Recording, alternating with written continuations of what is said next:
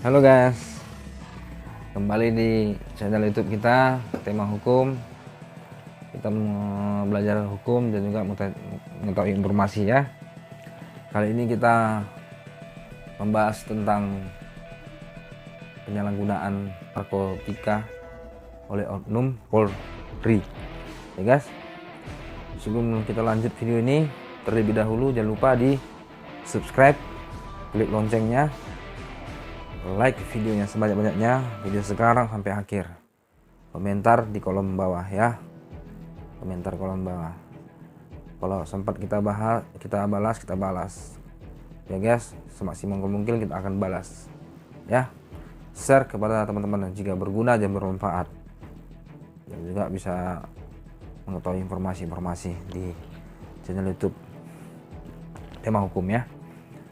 Jadi di sini di tahun 2021 kita kurang lebih udah 1100 subscriber ya guys. Terima kasih yang udah support, yang udah dukung, yang udah share kepada teman-temannya, yang udah mampir atau udah belum mampir. Subscribe saya untuk mengembangkan channel, bantu saya mengembangkan channel ini. Semoga yang saya tayangkan bermanfaat, berguna, dan juga bisa mengetahui informasi buat kalian yang udah nonton atau belum nonton ya. Saya hitung subscribe ya guys ya, loncengnya like, hitung 1 2 3, 1 2 3 ya. Di sini juga like nya. Oke, tonton video sampai selesai guys ya, jangan skip. Oke ya, kita lanjut. Di sini kita bahas pertanggungjawaban pidana penyalahgunaan narkotika oleh oknum Polri ya. Jadi di sini kita mau klarifikasikan dan menjabarkan ini yang saya tahu ya guys ya. Saya sampaikan ya. Kalau jika ada kurang lebihnya, saya tidak izin, mohon maaf ya guys ya, kalau saya kurang kata-kata ya guys. Kita tahu mengetahui informasi ya guys. Oke, kita akan bacakan satu persatu.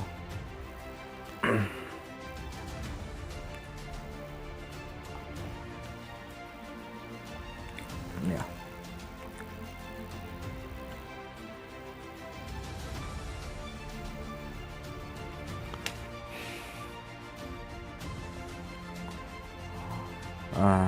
Jadi oknum tersebut harus tetap dihukum katanya guys. Penerapan hukum selain Undang-Undang Nomor 35 Tahun 2009 tata cara mengadili mengacu pada KUHP dapat dilihat pada ketentuan dalam Undang-Undang Nomor 2 Tahun 2002 ya. Kita jelaskan guys. Oke, simak terus video ini sampai selesai ya guys. Oke, tentang kepolisian negara, ada beberapa tindakan yang akan dikenakan oknum polisi tersebut, yaitu kita jelaskan guys. Bisa ada sampai 5 guys. Kita jelaskan satu persatu. 1. Dijerat dengan peraturan kepolisian. 2. Dibawa ke sidang profesi atau sidang disiplin, di mana dalam hal ini ancaman hukuman dijatuhkan sesuai dengan hasil keputusan sidang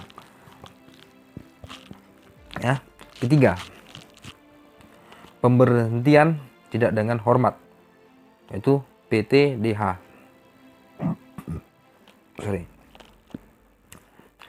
Jika oknum tersebut dijatuhkan hukuman oleh hakim dengan hukuman 5 tahun penjara atau lebih, maka oknum tersebut dapat dipecat dari instansi. Tetapi jika hukuman yang dijatuhkan kurang dari 5 tahun, maka oknum tersebut dapat dipertimbangkan lagi oleh instansinya ya. 4. Penurunan pangkat sebagai kepolisian Polri. 5. Jika terbukti menggunakan narkoba maka oknum polisi tersebut dimutasi ke tempat yang jauh dari narkoba atau tidak ada narkobanya. Itu guys. Nah, itu potensi keterlibatan oknum polisi dalam penyalahgunaan narkotika sangatlah besar. Sebab oknum polisi yang juga manusia, terlebih polisi yang memiliki tugas sehari-harinya terlibat dalam pemberantasan peredaran narkotika. Selain sebagai pengguna, ada juga kasus di mana oknum polisi sendiri yang menjadi pengedar narkotika. Sanksi ataupun hukuman yang dijatuhkan kepada anggota kepolisian yang terbukti menggunakan maupun mengedarkan narkotika haruslah tegas dari instansi yang bersangkutan, dengan sanksi yang cukup berat atau menimbulkan rasa takut bagi mereka untuk melakukan kejahatan narkotika. Harus ada kebijakan khusus dalam menangani hal ini. Tidak hanya sanksi berupa pemecatan, tetapi juga dikenakan dengan sanksi pidana sesuai dengan peraturan yang berlaku. Terhadap pelaku kejahatan narkotika terdapat alasan-alasan tertentu untuk memberatkan hukumannya, karena perbuatan yang dilakukan tergolong sangat membahayakan kepentingan masyarakat. Tujuan dari pemberatan tersebut bukan dipandang sebagai pembalasan terhadap pelakunya, akan tetapi dimaksudkan untuk mendidik pelakunya supaya menjadi insaf dan jerah sehingga tidak ada lagi mengurangi perbuatannya. Itu. Kepolisian Republik Negara Indonesia belakangan ini sering diuji citranya akibat diterpa berbagai kasus-kasus seperti penyalahgunaan narkotika dan tindak pidana lainnya. Pertanggungjawaban bagi oknum polisi yang telah menyalahgunakan narkotika ataupun melakukan tindak pidana lain tidak dilihat dari dasar atau tidaknya oknum tersebut dalam melakukan tindak pidana tersebut, namun dilihat dari perbuatan karena sudah melanggar hukum yang berlaku serta merusak pandangan masyarakat terhadap citra anggota kepolisian sehingga oknum-oknum tersebut tidak perlu dipertahankan lagi dari jabatannya guys. Nah, namun pasal 29 ayat 1 Undang-Undang Nomor 2 Tahun 2002 tentang Kepolisian Negara Republik Indonesia, anggota Kepolisian Negara Republik Indonesia tunduk kepada kekuasaan peradilan umum. Hal ini menunjukkan bahwa anggota Polri merupakan warga sipil dan bukan termasuk subjek hukum militer. Walaupun anggota kepolisian termasuk warga sipil, namun terhadap mereka sudah berlalu ketentuan peraturan disiplin dan kode etik profesi. Peraturan disiplin Polri diatur dalam Peraturan Pemerintahan Nomor 2 Tahun 2003 tentang Peraturan Disiplin Anggota Kepolisian Negara Republik Indonesia. Sedang kode etik profesi kepolisian diatur dalam Perkapolri Nomor 14 Tahun 2011 tentang kode etik profesi kepolisian negara Republik Indonesia guys. Nah, ya, tonton video sampai selesai. Udah selesai video ini. Subscribe, klik loncengnya, like, share, komentar yang positif. Oke guys, simak lagi. Terhadap anggota kepolisian yang merupakan tindak pidana seperti penyalahgunaan narkotika terhadap sanksi yang dijatuhkan baik sanksi pidana maupun sanksi dari instansi yang bersangkutan terbukti bersalah atau tidak, oknum tersebut tetap menjalani sidang kode etik yang diatur dalam nomor 14 tahun 2011. Oknum Polri yang menggunakan narkotika berarti telah melanggar aturan disiplin dan kode etik karena setiap anggota Polri wajib menjaga tegaknya hukum serta menjaga kehormatan, ya, reputasi dan martabat Kepolisian Negara Republik Indonesia. 6. Nih lanjut lagi guys. Indonesia seperti yang tercantum pasal 5 huruf A Peraturan Pemerintahan Nomor 2 Tahun 2003, Jo pasal 6 dan pasal 7 Perkapolri Nomor 14 Tahun 2011. Etika profesi kepolisian merupakan kristalisasi nilai-nilai tribrata yang dilandasi dan dijiwai oleh Pancasila serta mencerminkan jati diri setiap anggota kepolisian meliputi etika pengabdian, kelembagaan, dan kenegaraan. Selanjutnya disusun ke dalam kode etik profesi kepolisian negara Indonesia.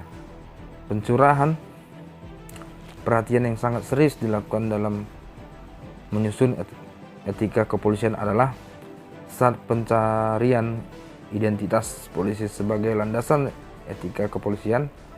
Sebelum menyatakan sebagai kode etik, Tribrata memberikan identitas kepada Kepolisian Negara Republik Indonesia dalam rangka penyusunan Undang-Undang tentang Kepolisian Negara Republik Indonesia. Ketika profesi kepolisian merupakan kristalisasi nilai-nilai yang dilandasi dan dijiwai oleh Pancasila serta mencerminkan jati diri anggota kepolisian negara Republik Indonesia dalam wujud komitmen moral yang meliputi pada pengabdian, kelembagaan, dan kenegaraan. Selanjutnya disusun ke dalam bentuk kode etik profesi kepolisian Indonesia Republik Indonesia. Etika profesi kepolisian terdiri dari itu ada ABC, guys, ya. Terjelaskan ada 3 nih. Ya, simak terus videonya sampai selesai. Ketika pengabdian merupakan komitmen moral setiap anggota kepolisian negara Republik Indonesia terhadap profesinya sebagai pemelihara keamanan dan ketertiban masyarakat, penegak hukum serta pelindung, pengayom, dan pelayanan masyarakat. Lanjut. Ketika kelembagaan merupakan komitmen moral setiap anggota kepolisian negara Republik Indonesia kepada institusinya yang menjadi wadah pengabdian yang patut dijunjung tinggi ikatan lahir batin dari semua insan bayangkara dan segala martabat dan kehormatannya. Nah, ketika kenegaraan merupakan komitmen moral setiap anggota kepolisian negara Republik Indonesia dan institusinya untuk senantiasa bersikap netral, mandiri, dan tidak terpengaruh oleh kepentingan politik atau golongan. Ya. Dalam rangka menjaga tegaknya hukum negara kesatuan Republik Indonesia, pelanggaran terhadap aturan disiplin kode etik akan diperiksa dan bila terbukti akan dijatuhi sanksi. Penjatuhan disiplin terhadap sanksi atau pelanggaran kode etik tidak menghapus tuntutan pidana terhadap anggota polisi yang bersangkutan seperti yang tercantum pada pasal 12 ayat 1 PP nomor 2 tahun 2003 Jo pasal 28 ayat 2 per Kapolri nomor 14 tahun 2011. Oleh karena itu, oknum polisi yang menggunakan narkotika tetapi akan diproses hukum acara pidana walaupun telah menjalani sanksi disiplin dan sanksi pelanggaran kode etik. Oknum polisi disangkakan menggunakan narkotika dan diproses penyidikan tetap harus dipandang tidak bersalah sampai terbukti melalui keputusan pengadilan yang telah berkekuatan hukum tetap atau azas praduga tidak bersalah sebagaimana diatur pasal 8 ayat 1 Undang-Undang nomor 48 tahun 2009 tentang kekuasaan kehakiman. Apabila keputusan pidana terhadap oknum polisi yang telah berkekuatan hukum tetap, ia terancam diberhentikan tidak dengan hormat berdasarkan pasal 12 ayat 1 huruf A Peraturan Pemerintah nomor 1 tahun 2003 tentang pemberhentian anggota kepolisian negara Republik Indonesia. Anggota kepolisian negara Republik Indonesia diberhentikan tidak dengan hormat dari Dinas Kepolisian Negara Republik Indonesia apabila dipidana penjara berdasarkan putusan pengadilan yang telah mempunyai kekuatan hukum tetap menurut pertimbangan pejabat yang berwenang tidak dapat dipertahankan untuk tetap berada dalam Dinas Kepolisian Negara Republik Indonesia. Dengan demikian, walaupun si oknum polisi sudah dipidana berdasarkan putusan pengadilan yang telah berkekuatan hukum tetap, oknum polisi tersebut baru dapat diberhentikan dengan tidak hormat apabila menurut pertimbangan pejabat berwenang dia tidak dapat dipertahankan untuk tetap berada dalam Dinas Kepolisian.